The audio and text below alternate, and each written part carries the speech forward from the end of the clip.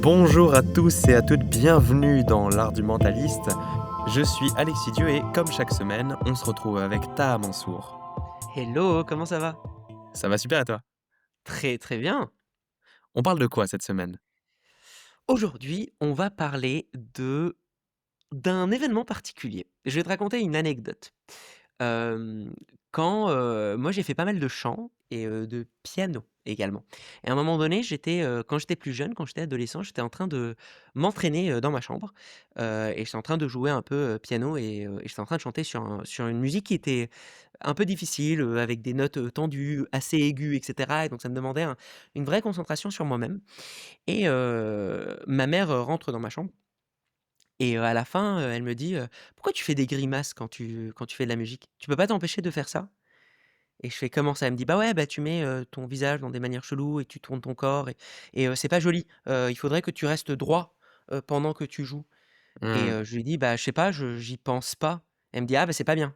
Il faudrait que parce que c'est joli ce que tu fais, hein, mais c'est ouais. pas bien. Il faudrait que tu sois droit, et que tu t'entraînes à contrôler, ça» et ça m'a beaucoup trotté dans ma tête.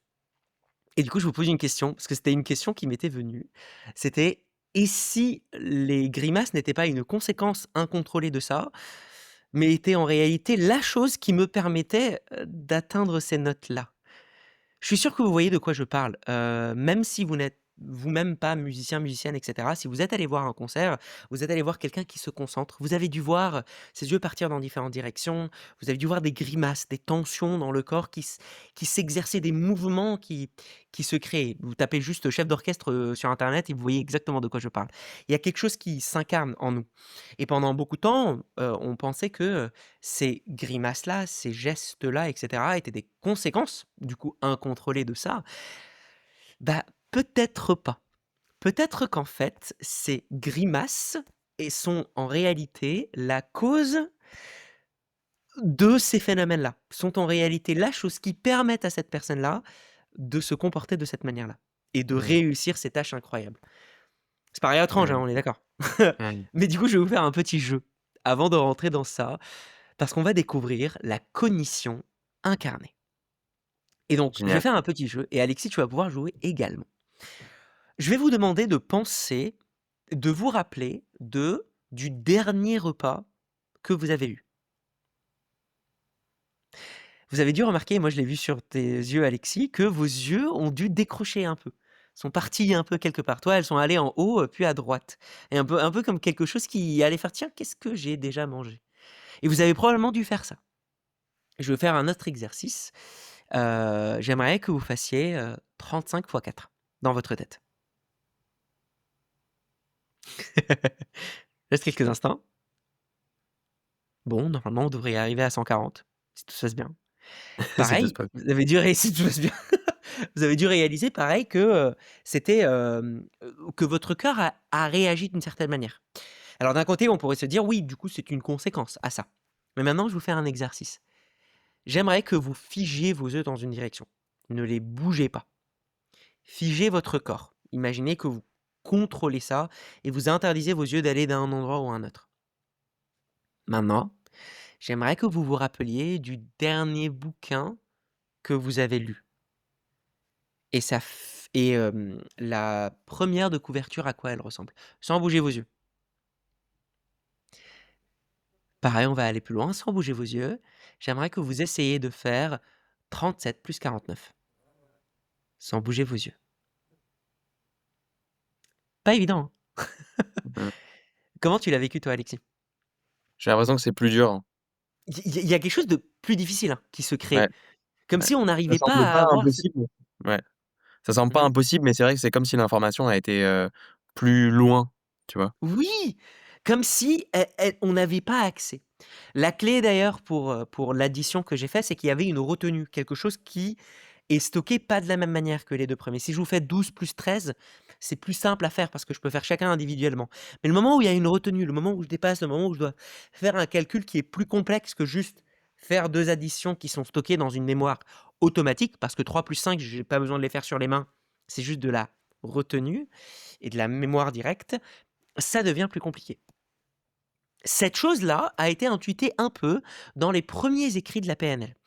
Quand on regarde un des premiers bouquins qui était sorti, Frogs and Princes, par Richard Bandler et John Grinder en 85, il y avait des intuitions là-dessus. D'ailleurs, un des modèles qui a été très mal interprété après par les médias et par des PNListes par la suite, c'est le modèle du regard des yeux.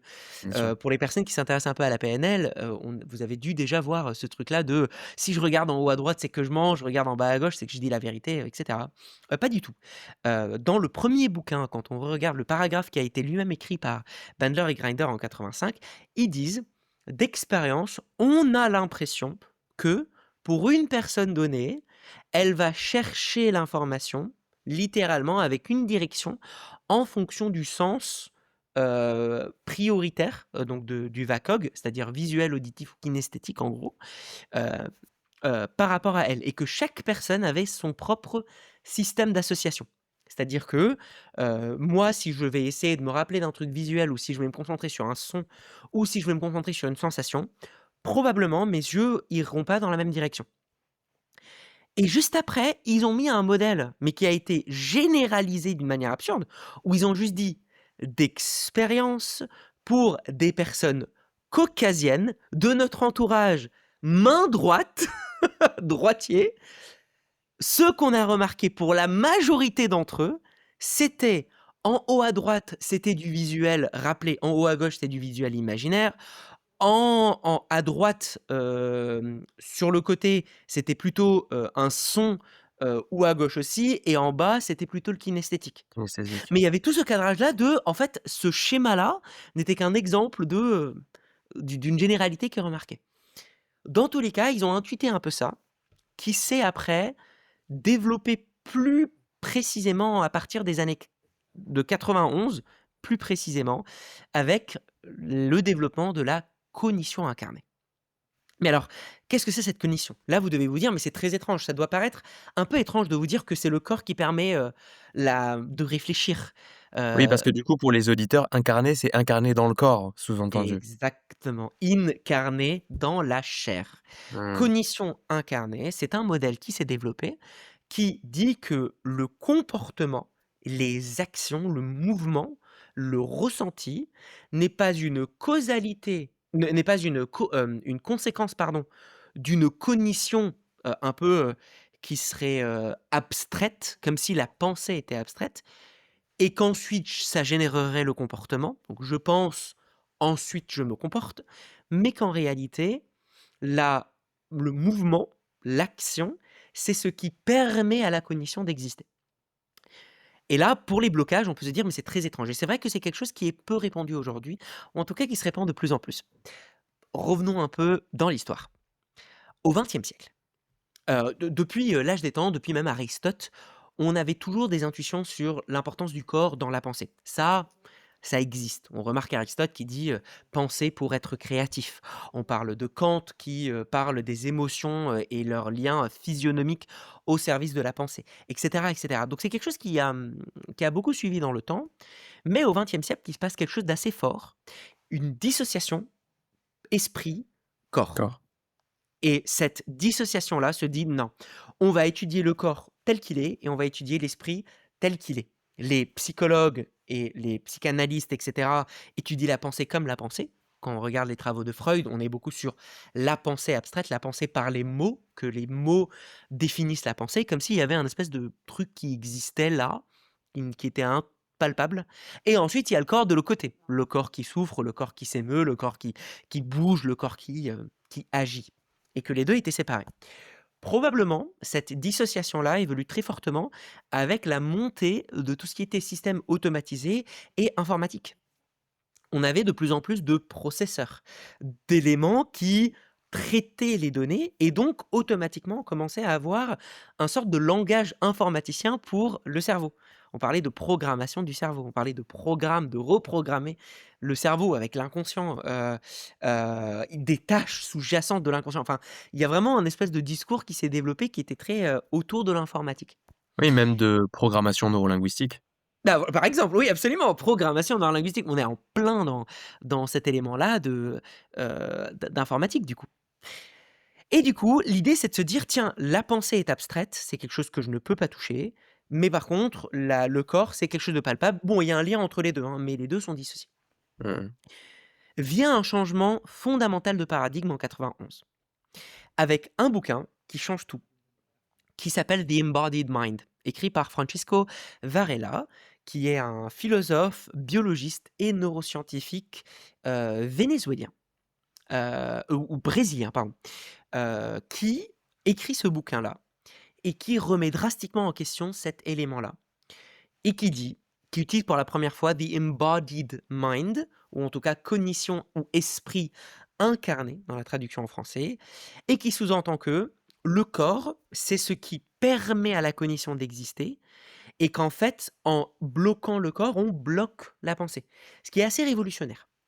Lui part d'un principe et d'une phrase avec laquelle je suis 100% d'accord. Il dit que, je cite, dans une traduction à peu près en français, que en gros, il est convaincu que pour avancer la recherche sur la cognition, on ne peut pas dissocier la recherche en laboratoire et les expériences vécues, partagées par la grande population.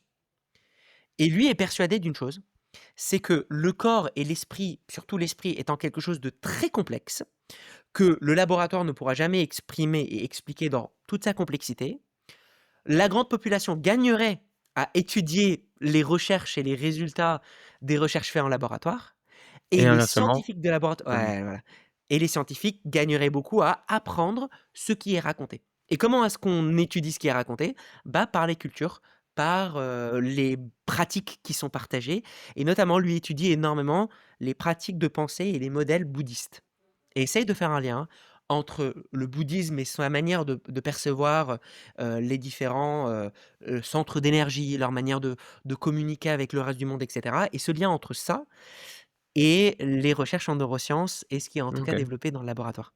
Ce qui Heu le pousse à réaliser quelque chose que, probablement, en fait, notre pensée ne serait pas dissociée des 2, mais qu'en fait, en réalité, le corps serait nécessaire à la pensée. mmh. Et donc dans cet épisode-là, on va explorer ça.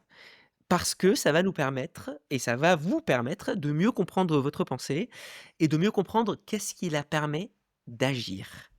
Et Alors, donc, tu sais, il y a une expérience, de pensée, une expérience philosophique, le cerveau dans une cuve, mmh qui dit que, peut-être que en fait, notre monde il est, projeté, inventé par notre conscience et que nous on est, un cerveau dans une cuve, potentiellement.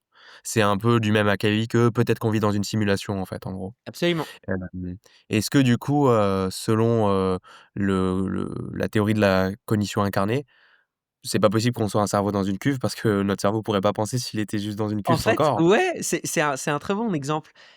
Je pense que, selon la cognition incarnée, si on pousse le truc jusqu'au bout, on ne pourrait pas être un cerveau dans une cuve, on pourrait être un corps dans une cuve. Ouais, OK. Dans ce cas-là, oui, un corps dans une cuve, Et ça marche. super discussion. Ah mais c'est incroyable. Mais du coup, un corps en tout cas. Bon, cette espèce de lien entre le corps et l'esprit, on l'a beaucoup vu, hein, dans des épisodes pour les personnes, abonnées et qui nous suivent depuis le début, pour les autres Abonnez-vous si vous n'êtes pas abonné, bien sûr. exactement. Ça doit déjà vous parler de différentes choses. On a Mmh. parlé des Mikkedi, les power poses, le fait que, quand il y a une personne qui prend une position ouverte grande Mmh. avec les épaules ouvertes, les Gagnante, mains dominante, étendues, position dominante, elle se sent plus confiante qu'une personne qui se met en mmh. position fermée. Oui, avec des On a mesures parlé sur la des testostérone et cetera. Absolument. On a également évoqué, l'expérience, du crayon dans la bouche, les Mmh. différents participants qui regardaient un cartoon, et on a réalisé que les participants qui regardaient exactement le même cartoon, à qui on a demandé de mettre un crayon horizontalement dans la bouche, donc qui tirait sur, les 2 zygomatiques, externes, heu, passaient Et un trouver que meilleur c'était plus moment. drôle. Et Mmh. trouver exactement que les cartoons qu'on leur montrait étaient plus drôles que ceux à qui on a demandé de mettre le crayon devant la bouche et former leur bouche un peu en mode, cul de poule, serré, qui ont trouvé les cartoons moins drôles. Donc comme si le Mmh. visage modifiait ça. Une dernière publication d'ailleurs, qui rejoint un peu, ça, a été publiée par Harvard sur la position idéale, de repos du corps. Il suffirait juste de prendre une grande inspiration, la garder et forcer un sourire, et au bout de 10 secondes, on se sent mieux. Donc il y a une implication très forte du corps sur l'esprit. Mais on pourrait se dire que le corps influence l'esprit, mais que du coup les 2 seraient complètement dissociés. Mmh. Qu'on peut avoir influence, mais ce n'est pas parce que l'un influence l'autre que les 2 sont la même chose. Je peux, moi, avoir une influence sur quelqu'un sans que, je sois cette personne-là. Bien Tout sûr. comme là, je suis en train de parler, vous m'écoutez, ça a une influence sur vous, mais je suis pas vous, en gros. En tout cas, j'espère. Sauf si je suis une simulation dans une cuve et auquel cas, vous faites toute partie de mon esprit et bon, ça serait triste, mais on va aller plus loin et je vais vous partager quelques autres expériences, étudiées de, plein de différents scientifiques. Une première, on va prendre une expérience qui a été, faite, en 2017, qui a été énormément réutilisée, notamment par Barbara Dvorsky, dans ses travaux. Ce qu'on a réalisé, on a pris plusieurs personnes et on leur a demandé, de faire des calculs mentaux, des espèces de calculs rapides, un peu comme ce que je vous l'ai fait faire. Des étudiants, il y a eu d'autres expériences qui ont été faites aussi pour des adolescents ou pour des adultes, mais globalement différentes personnes étaient amenées à, faire des calculs mentaux. D'autres étaient amenées à, partager et à répondre à des questions un peu philosophiques. Sur, la vie et cetera, leurs, pensées, plein de différentes choses et on mesurait la profondeur de complexité de leur vocabulaire et la profondeur de leurs pensées et après pour OK. les calculs mentaux, on, mesurait en gros la vitesse de réponse et Ouais. la réussite. Il y avait des personnes qui naturellement, parlaient avec les mains. Donc il y avait une gestuelle qui était assez développée, d'autres une gestuelle un peu moins développée. On prenait une baseline et on mesurait en gros à quel point, les personnes qui parlaient avec les gestes ou sans gestes, réussissaient à faire leur exercice. Maintenant, c'est là où ça devient intéressant. Les personnes qui avaient une gestuelle assez forte, on leur a figé leurs gestes. On leur a demandé de s'asseoir sur leurs mains. Il y a une autre expérience où on leur a figé, on leur a mis une espèce de ceinture qui figeait, la tête, les mains, dans une position fixe et Oui. on leur demandait pareil, de faire les mêmes, calculs et de répondre dans d'autres, expériences du coup, de répondre à ces questions un peu philosophiques. Dans toute cette expérience-là, on remarque que les personnes figées, donc physiquement, arrivaient à développer avec un vocabulaire moins fort, leurs pensées, donc leur vocabulaire se perdait en richesse, on va dire et ils prenaient plus de temps à répondre à des questions.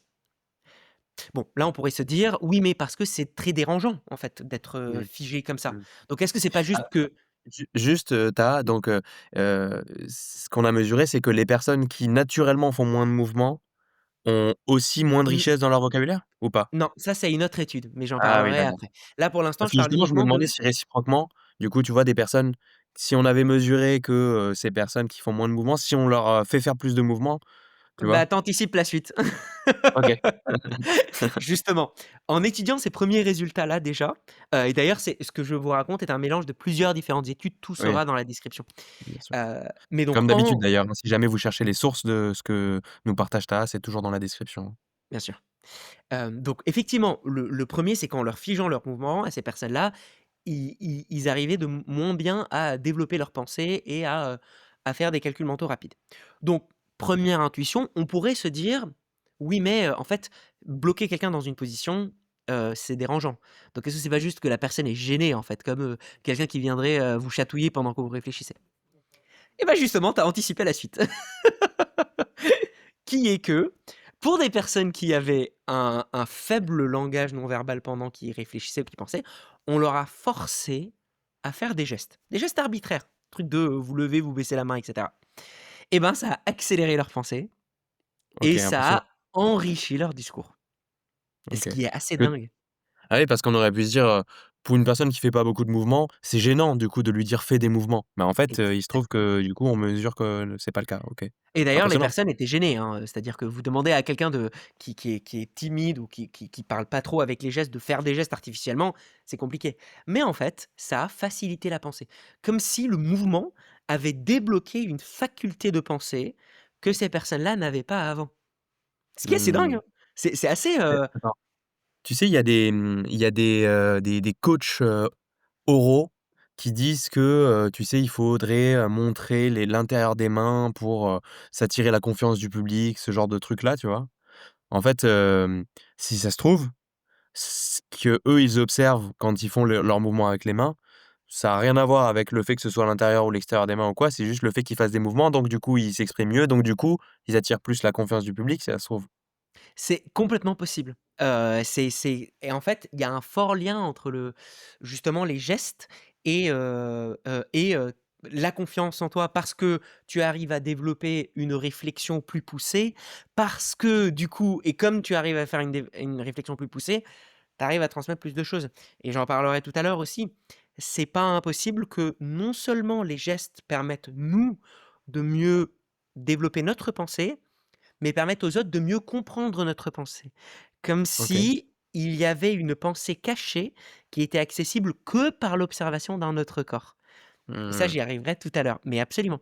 Il y a un fort lien, OK, en fait, un intéressant. un lien très fort entre le geste, la clarté du geste et le message transmis ou en tout cas la profondeur du message transmis. Donc ça, c'est la première chose. Une expérience faite par l'équipe, du scientifique, Goldin Medin, a fait ça sur des enfants. Des jeunes enfants, on leur a demandé de mémoriser des règles de mathématiques et de comprendre, de résoudre des problèmes. Pareil, pour certains, on leur a demandé de le faire dans leur tête, de rester figés, de faire dans leur tête et de répondre. Pour d'autres, on leur a dit de pointer du doigt les différentes parties du problème ou de pointer du doigt les mots qu'ils sont en train de lire. Et pour d'autres, on leur a dit de bouger pour représenter ou pour aider la représentation, du problème en tout cas et de laisser leur corps, bouger comme ils voulaient. Bah, sans exception, les enfants qui bougeaient, non seulement arrivaient à mieux résoudre le problème, mais on a réalisé que sur le long terme, retenaient mieux l'apprentissage.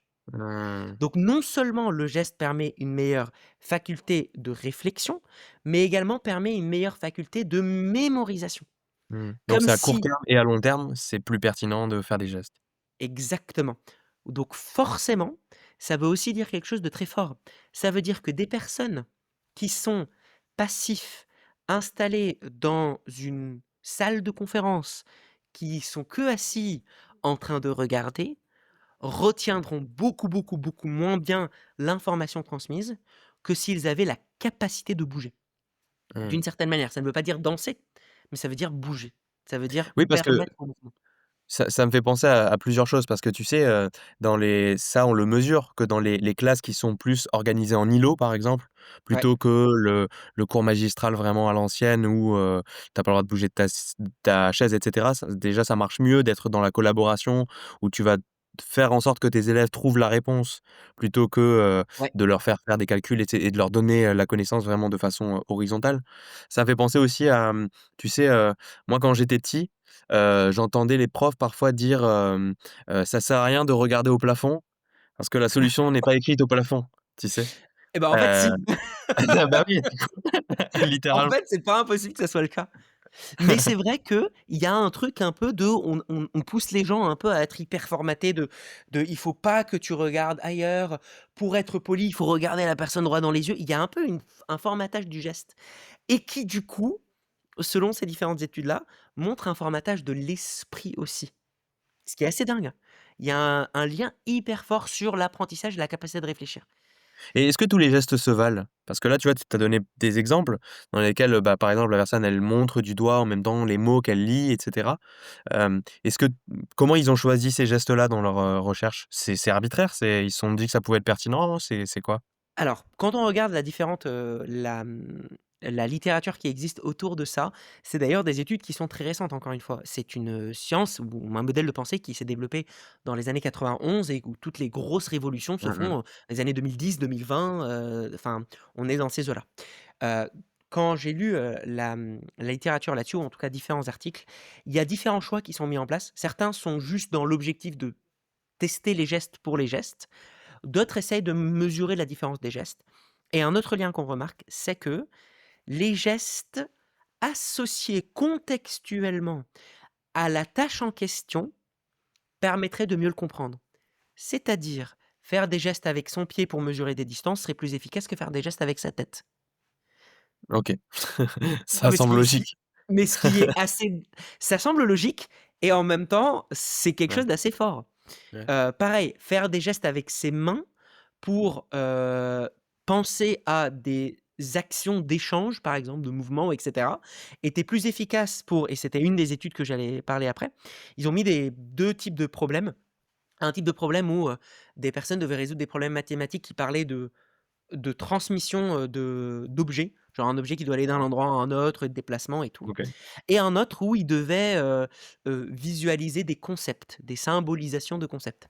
Et ben, les gestes qui étaient les plus optimales pour l'un ou pour l'autre n'étaient pas les mêmes. Les gestes les plus OK. optimaux pour les problèmes reliés au déplacement, c'était des gestes de main, et donc parce que du coup les mains permettent de déplacer les choses et parce qu'il y avait un côté action, alors que les gestes les plus efficaces pour cette conception-là, c'était plutôt les yeux et la tête. Mmh. OK. Très Super intéressant. intéressant. Donc Ouais. effectivement, on a un lien aussi entre l'efficacité du geste par rapport à ce que je suis en train de réfléchir. Mais ça va plus loin. Parce que là, pour l'instant, on s'est dit: «OK, ça permet de réfléchir, ça permet de mieux retenir les choses» et on parle souvent, hein, d'incarner, l'apprentissage, toutes les personnes qui ont fait déjà des arts martiaux, on a toujours dû vous dire: «Ça sert à rien de regarder, il faut pratiquer, pratiquer pour incarner le truc». Quand on fait, du théâtre, ça sert à rien de comprendre, le personnage tant qu'on l'a pas repratiqué, repratiqué pour incarner, ce qui se passe, il y a un apprentissage qui se passe. Mais ça va plus loin. Je vais vous citer plusieurs études qui ont été, citées par Arthur Glenberg, qui est un des gros auteurs, aujourd'hui en sciences, sur la cognition incarnée. Il en parle dans un de ses articles, de beaucoup de différentes études. Plusieurs qui sont assez intéressantes. On a réalisé que, en fonction de notre situation du corps et des objets que l'on tenait, ça modifiait notre perception des distances. OK. Les personnes qui tenaient des objets qui permettent de parcourir des distances, du genre une trottinette, une corde, ou d'autres éléments qui permettent de rapprocher les choses, quand on leur demandait d'estimer une distance visuellement devant eux, estimaient cette distance en moyenne plus courte que les personnes qui ne tenaient rien. OK.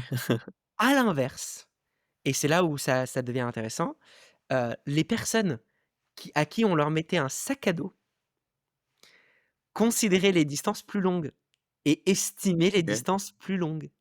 Pareil, OK. quand on mettait des personnes avec un sac à dos devant une colline, en moyenne, ces personnes-là estimaient la pente plus élevée que les personnes qui n'avaient pas de sac à dos. OK. Ah, c'est drôle parce qu'il y a aussi, il me semble qu'il y a aussi des études où, on demande d'estimer la taille d'un mont à des personnes et si elles sont en présence d'un ami ou d'une amie au moment où tu leur poses la question, elles estiment plus basse, comme si c'était plus facilement atteignable si on n'est pas tout seul.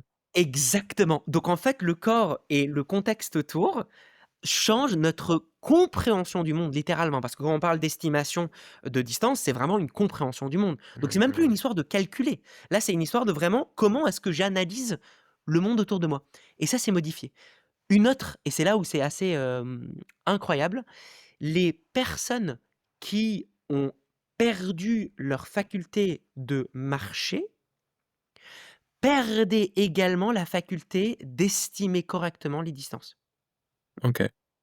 Et il y a eu un test qui a été fait pour des personnes qui, étaient, ou sont devenues handicapées, des gens, par exemple, importants qui le sont devenus. Elles ont Oui, gardé leur faculté de faire des calculs mentaux et cetera sans aucun souci. oui. Leur perception des distances a été complètement, cassée par rapport à des personnes qui l'avaient. Donc encore une fois, on a eu le corps qui perd Mmh. une faculté et automatiquement ça enlève cette faculté-là, à l'esprit. À l'inverse, des personnes à qui on, leur mettait une espèce de simulation, un casque, sur leur tête et il y a un casque où à travers ce casque-là, on leur donne l'illusion que, ils ont des jambes plus longues. Donc on leur projette en fait l'image de jambes, qui ne sont pas les leurs. Pour en créer une association à ces jambes-là, on a utilisé le même mécanique que pour toutes les personnes qui s'intéressent un peu aux expériences Membre de fantôme? le membre fantôme, exactement. Donc du coup, caresser, les 2 membres exactement au même moment. Donc on leur caressait leurs vraies jambes, pendant qu'on caressait, visuellement, cette jambe-là artificielle. Et ben, ces personnes-là estimaient les distances devant eux plus courtes, à partir du moment qu'ils OK. avaient des jambes plus longues. Ce qui est assez dingue, hein. Donc en fait, pareil, le cerveau, donc la pensée, parce que je veux même pas parler de cerveau, je vais parler de cognition là. La cognition s'adapte à notre corps. Mmh. Différents corps amènent différentes cognitions. Ce Ouais, qui ce qui est, semble logique. C'est vrai que si j'ai des super grandes jambes, puisque je fais effectivement la distance plus rapidement, c'est pas la même distance que si je suis, beaucoup plus petit, quoi. C'est absolument. Mais c'est là où c'est dingue, c'est que du coup, ce n'est pas juste une histoire de temps qui est perçue, c'est vraiment une histoire de distance. ouais. C'est-à-dire que la distance en mètres se Oui. réduit ou se rallonge. Donc c'est Oui, en littéralement fait, notre manière tu de percevoir le monde qui ouais. change. Oui, c'est un peu comme si tu mesurais vraiment très subjectivement la distance en termes de en combien de temps je peux parcourir cette distance, quoi. Exactement. Mmh. Parce que le corps interprète la pensée est interprétée par ça. On va aller encore plus loin. Une des études de Barbara Dvorsky qui a été faite, était de voir comment est-ce que les gens perçoivent le monde. Et donc il y a eu une image avec une bouteille d'eau et un verre d'eau là-dessus. Une autre image où il y avait une personne assise derrière la bouteille ou le verre et une autre image où il y avait une personne qui, heu, tendait sa main vers le verre, donc et qui était OK, en action. Et on a juste demandé aux personnes de dire où est le verre, où est la bouteille, où est, sur l'image, hein. Donc, la question était: où se situe le verre sur l'image? Les personnes qui, avaient uniquement l'image vierge, donc sans personne, passaient par leur propre prisme pour raconter ça. On disait, «Le verre est à droite», OK, par d'accord. exemple. Les personnes qui voyaient une personne en face, c'était à peu près mitigé, mais on commençait à avoir, plus de choses du genre qui étaient inexistantes à la première. Le verre est à gauche, le verre, pardon, est à droite de la bouteille ou à gauche de la bouteille par rapport à l'autre personne. Et enfin, quand il y avait une personne qui agissait, sans aucune exception, on racontait le verre par rapport à la perception de Au la point de vue personne de la qui était en personne face. qui agit. Ouais, Donc on disait: «Le verre est à sa gauche». oui. Et à l'inverse, comme cette personne-là allait interagir avec le verre, quand on leur demandait là où se situe la bouteille, et ben, puisque le verre est en action avec la personne, ces personnes-là, racontaient la position de la bouteille par rapport au verre. Puisque c'était le Mmh. verre qui devenait l'objet important, puisque c'est l'objet qui allait être en interaction et donc par lequel nous, on comprenait par une action physique. Pareil, on a réalisé des personnes face à des personnes à qui on mettait, une image d'un objet utilisable, par exemple, une tasse avec une, Une anse? quelque chose Une anse? une anse exactement. Ça activait automatiquement juste le fait de voir cette image-là, c'est-à-dire une anse qui normalement, moi, je pourrais la tenir par ma main droite ou ma main gauche, activait la zone motrice reliée Ah au oui. fait de tenir cet objet-là. Donc, donc en fait, ce qui est assez fascinant, c'est que le fait de montrer une image où, heu, où on peut interagir avec, ça active automatiquement les zones qui pourraient potentiellement interagir avec cette image. Comme si notre cerveau ou notre pensée, parce que c'est réellement le cerveau à ce stade-là, n'arrivait pas à comprendre ce qui se passe, sauf à travers le prisme du corps et de l'action. Assez Super dingue, hein? intéressant. Ouais, c'est intéressant. Mais on peut aller plus loin. Parce que Ça s'arrête jamais, ah mais ça s'arrête jamais, mais c'est là où ça devient, vachement long. Parce que là, pour l'instant, on a parlé de la réflexion, on a parlé de la mémorisation, la on a parlé de la mémorisation, perception du monde.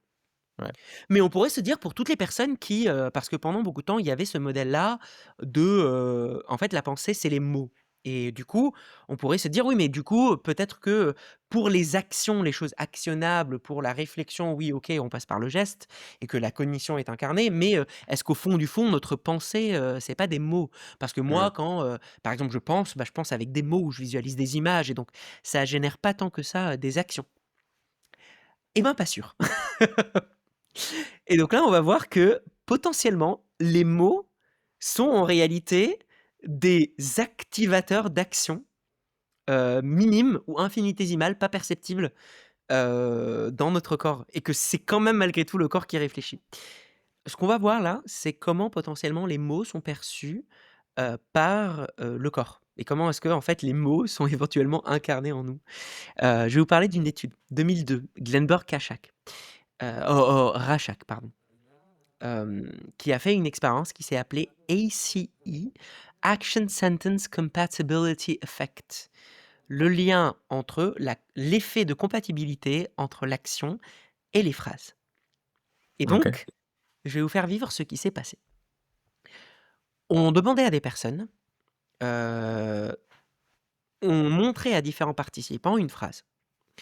Les participants devaient juste dire si oui ou non cette phrase était logique. Est-ce que la phrase était grammaticalement correcte ou pas? Il n'y avait pas de piège de français. Les phrases étaient souvent des phrases de type action. Mais il y avait des actions qui étaient vers la personne, ou il y avait des actions qui étaient en éloignement de la personne. Par exemple, si je dis Arnaud te donne un crayon, la phrase raconte une action qui va vers toi. Alors que si je dis tu donnes un crayon à Arnaud, la phrase raconte une action qui s'éloigne de toi. Donc il y a une action, une des phrases qui représente un mouvement vers soi et l'autre vers l'extérieur. Et enfin, il y avait un troisième type de phrase, pas de sens, du genre tu donnes Arnaud crayon à 1. Et donc il n'y a pas du tout de structure. Les participants, sur l'écran, avaient la possibilité de cliquer oui ou non. Mais OK. pour cliquer oui, il fallait qu'ils fassent un mouvement vers l'extérieur, donc vers le lointain. Et pour cliquer non, il fallait qu'ils fassent un mouvement vers l'intérieur. Donc ramener OK. en gros la souris ou le OK. geste vers soi, ou alors glisser vers l'extérieur.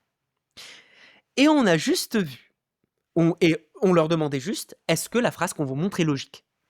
Et puis on estimait leur temps de réponse. C'est là où ça devient assez fou. Supposons que le oui c'est vers l'extérieur et le non c'est vers l'intérieur. OK.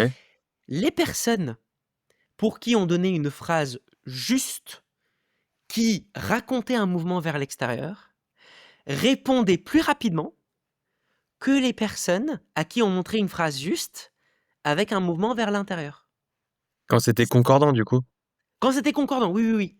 C'est-à-dire que toi, participant, par exemple, Alexis, tu avais, si tu étais un participant qui avait donc oui vers l'extérieur, non vers l'intérieur, et qu'on te montre, tu donnes un crayon à Arnaud, et ben les personnes à qui on donnait tu donnes un crayon à Arnaud répondaient oui plus rapidement que les personnes à qui on donnait la phrase Oui, Arnaud parce te que donne un c'est crayon. ouais, voilà, parce que l'action va vers l'extérieur.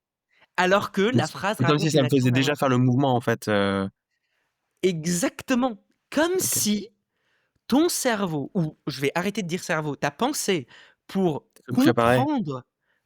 comprendre, la phrase, activait déjà le mouvement associé à l'intérieur de la phrase.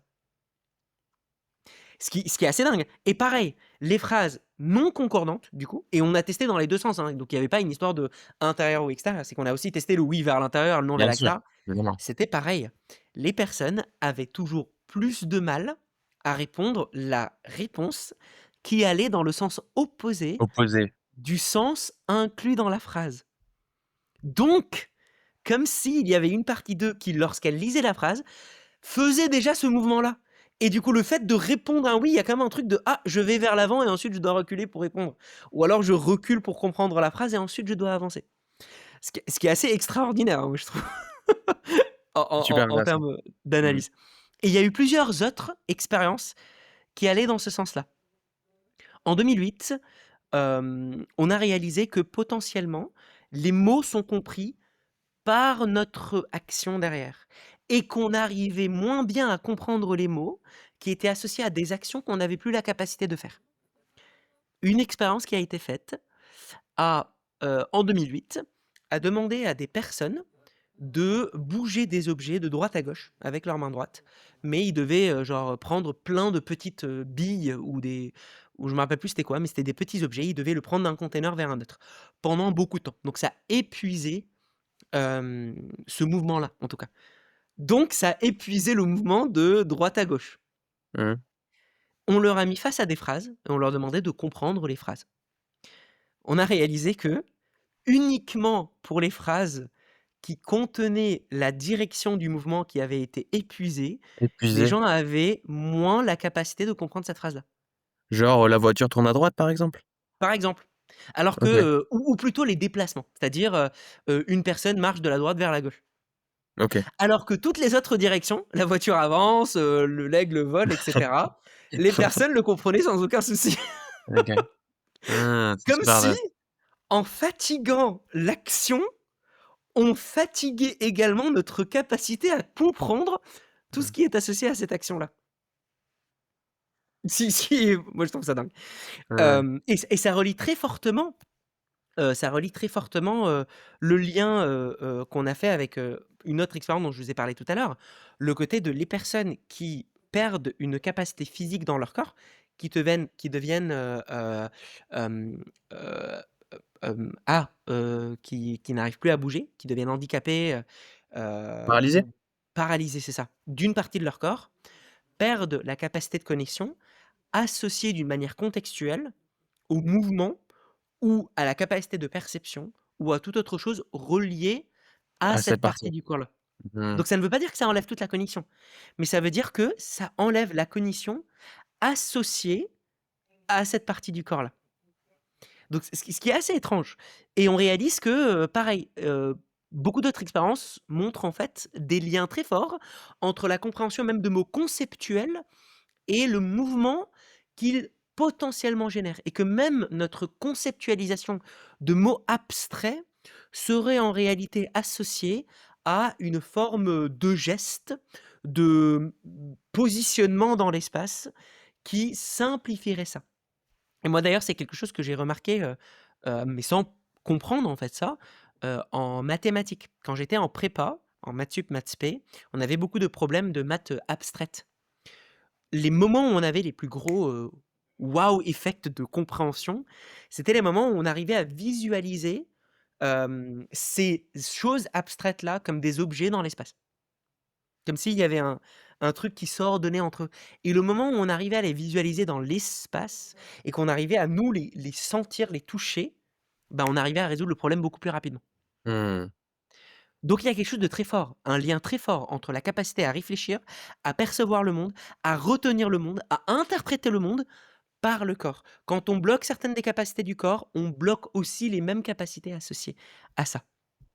Et je vais Mmh. vous parler d'une expérience personnelle que j'avais vécue en hypnothérapie, pour le coup. Où là, OK, j'avais essayé d'appliquer un peu ça, et même moi, le moment où ça a fonctionné, j'étais, complètement étonné. OK, J'avais une personne que j'ai accompagnée en hypnothérapie, sur de la phobie de l'avion, la phobie OK. de prendre, de l'avion. Donc on a commencé à échanger. J'ai réalisé très rapidement qu'elle était très incarnée. Donc c'est-à-dire qu'il y avait beaucoup de gestes qui se passaient, elle me parlait beaucoup avec des bruitages aussi. «Non mais et en fait, ah» et donc il y avait beaucoup de bruitages dans sa manière de parler, et beaucoup de gestes. Je me suis dit dans un coin de ma tête pendant que j'écoutais: «Tiens, peut-être que passer par le corps serait intéressant», et je lui ai demandé de me raconter, assez classiquement, tu vas reconnaître ces différentes étapes Alexis, de me raconter ce qui se passe quand elle monte sur l'avion. Et donc elle me fait: OK. Mais c'est gênant, et quand je monte sur l'avion, il y a comme quelque chose qui bloque, comme si j'avais envie de prendre le contrôle de». Et pendant qu'elle me disait: «Il y a quelque chose qui bloque», où je la sentais moi très, gênée, dérangée et cetera, sa main droite faisait un geste comme si elle montait sur un pont. Une espèce de courbe vers l'avant, et ça descendait. Comme, si vous voulez illustrer par exemple quelqu'un qui saute dans une bassine d'eau, ou qui fait un plongeon quoi. Vraiment la montée-descente, et plus Mmh. elle me parlait, plus elle refaisait ce même geste-là, en avant et arrière. Ce truc de: Mmh. «Ah», et vraiment pendant qu'elle me faisait ce geste-là, elle me disait: «Ah, c'est gênant» et cetera.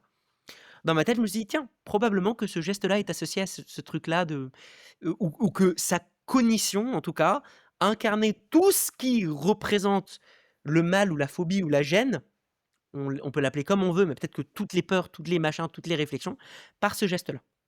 Donc je l'ai gardé dans un coin de ma tête, et je lui dis: «OK, très bien, maintenant est-ce que tu peux me parler d'un souvenir où tu as vécu l'état que tu voudrais vivre quand tu es, sur l'avion?» genre un état de détente ou machin et cetera. Là, elle a pris le temps de réfléchir et elle m'a dit: «Oui, oui, quand je suis, sur la plage, avec mon mari et je suis détendue» et du coup, elle a commencé à faire ce geste-là. Un geste où sa main était étendue à plat, donc elle était pas crispée, elle était vraiment, étendue, large et elle passait sa main sur un espace imaginaire, horizontal, parallèle au sol. Un peu un truc de comme si elle frottait sa Ouais. main au-dessus d'une table. Voilà, tu as la main qui glisse. La main qui glisse, exactement.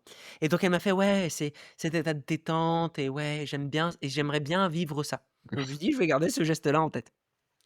Tout ce que je lui ai fait après, c'est je lui ai dit: «Je vais te demander de me reparler du moment où tu te remets dans l'avion». Et là, je l'ai laissé parler, je l'ai laissé parler. Le moment où j'ai revu le même geste là venir, celui du pont, j'ai pris sa main, je l'ai ramené à l'endroit où était, son geste de tout à l'heure avec les mains étendues à plat et je lui dis: «Continue à me parler». Et elle m'a juste parlé du fait qu'elle se levait, qu'elle allait, s'installer dans sa chaise et les peurs et tout et pendant qu'elle me parlait, moi j'ai juste recopié le mieux possible que je pouvais, l'autre geste qu'elle m'avait fait et pendant que je lui faisais ça, je voyais dans ses yeux, il y avait un truc qui se passait. Il y a un truc de, ça «reprogrammait» entre guillemets, plein de choses à l'intérieur d'elle. Ouais. Jusqu'à un moment donné où elle a arrêté de parler et j'ai senti qu'elle voulait elle-même continuer ce geste-là et donc je l'ai laissée faire ça et elle a fait ça dans le silence.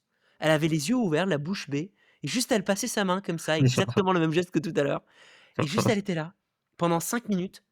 Au bout de 5 minutes, elle m'a fait: «Oh! Waouh, c'est pour ça! Merci!» Incroyable. On n'a rien fait d'autre. J'ai laissé OK, partir. Elle a pris un vol quelques jours après sans aucun souci. Elle excellent. m'a dit que ça s'est complètement débloqué et que du coup elle a pu, remonter dessus et cetera. Je ne sais pas ce qui s'est passé à l'intérieur d'elle. Heu, Je sais juste que, en fait, j'ai associé l'apprentissage d'un lieu, mais qui était passé par le corps, à un autre apprentissage qu'elle avait pas. Donc mmh, en PNL ou en hypnose, on parlerait d'un ancrage, déancrage, mais là ça va plus loin. Il y a un peu vraiment ce truc-là mmh, d'associer le geste correspondant à la cognition associée à ce contexte-là où ce geste s'active. hyper intéressant.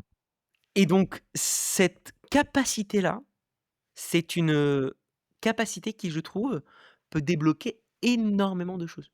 D'ailleurs, si vous pensez à quelqu'un, dans votre entourage, qui, est très statique ou vous vous dites quelqu'un qui a, par exemple, du mal à trouver de la créativité, envoyez-lui cet épisode. Mmh. Malin, tu OK, et est-ce qu'on a quelque chose d'ultra concret à appliquer pour les personnes qui nous écoutent? Comme chaque semaine, on donne un tips. Bien évidemment. Je vais reparler justement de quelque chose que tu avais évoqué tout à l'heure, c'est-à-dire la prise de parole en public. OK, Effectivement, on dit souvent ce truc-là de, il faut ouvrir les mains, montrer des grands gestes et cetera et on a une association dans notre tête très forte, même d'ailleurs qui dépasse beaucoup de cultures, de la notion du charisme. Beaucoup de différentes cultures perçoivent charismatique à peu près les mêmes profils, OK. ce qui est assez intéressant d'ailleurs. Et donc on pourrait se dire que du coup, il y a qu'un seul profil, comme si, prise de parole était et c'était ça et du coup, il fallait faire des grands gestes et cetera. Mais ce qu'on réalise, c'est que la cognition est incarnée, donc le geste raconte quelque chose, mais le plus important, c'est que faire un geste pas associé à la pensée associée, Pas nuit à la congruent? pensée. Donc en fait, c'est pas juste faire des grands gestes et c'est là où c'est très important. Donc les personnes qui essayent d'artificialiser et de se rendre charismatiques en criant, en faisant tout le temps des gestes forts et cetera, en réalité, potentiellement se desservent si le geste n'est pas associé et cohérent à la pensée qu'ils essaient d'exprimer. En revanche, l'idée, c'est de se dire que peut-être effectivement, non seulement les personnes sont charismatiques parce qu'elles font des gestes plus grands, mais potentiellement parce que comme elles font des gestes plus développés, plus cohérents, ça permet de transmettre une pensée plus poussée que seuls les mots n'auraient jamais réussi à transmettre. Mmh, mmh.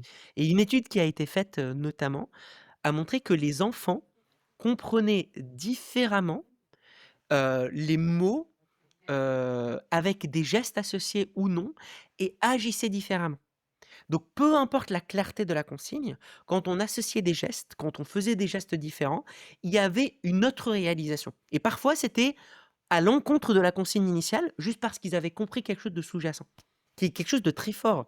On comprend énormément de choses sur la personne en face de nous, rien qu'à travers les gestes Mmh. et donc l'idée, c'est de se dire: «Ben, la prochaine fois que j'ai une prise de parole à faire, peut-être que je peux me dire: "C'est quoi le geste naturel qui me vient à ce moment-là?" et répéter ce geste-là en répétition. Mmh. Ça me rendra plus clair, ça me permettra de développer ma pensée et donc ça me permettra d'être plus charismatique. Excellent. Montre-moi, comment tu bouges, je te dirai, qui tu es et comment tu penses. Exactement, c'est bien résumé. Merci beaucoup Tara pour cet Avec épisode. plaisir. On parle de quoi la semaine prochaine? La semaine prochaine, on va pousser un peu plus cette capacité-là de contrôler soi-même et donc là, on est passé par le contrôle par le corps, mais on va élargir ça sur la notion que je vais appeler d'auto-prompt. Comment se prompter soi-même pour améliorer ses compétences. Super. Eh ben, à la semaine prochaine. À la semaine prochaine.